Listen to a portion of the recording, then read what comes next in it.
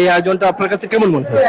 আমি মানে এটার ব্যাপারে আমার একটুখানি ব্যাকগ্রাউন্ডে যেতে হয় যে এই সংগঠনটি আমার সৃষ্টি করা সংগঠনগুলোর অন্যতম একটি, এবং আমি আজও মনে প্রাণে এই সংগঠনটাকে ধারণ করি এবং ভালোবাসি।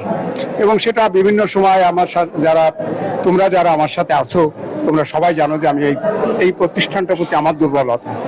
আর প্রতি বছর এই সংগঠনটি আমরা যখন এক ছিলাম তখন আমরা আয়োজন করতাম, এবং সে আয়োজনের অতীতের যে কোনো আয়োজন থেকে আমার আজ মনে হয়েছে যে এটি ছাড়াই গেছে।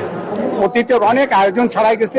একবার আহসান কবির বাবু প্রেস ক্লাবের সেক্রেটারি থাকাকালে পদ্মপাতায় প্রথম আমাদের এই খাওয়ার যে আয়োজন করে, সেই থেকে যে উৎসব শুরু হয় প্রেস ক্লাবে, সেই উৎসবটা এখন সাংবাদিক ইউনিয়ন যশোর তারা ধারণ করে।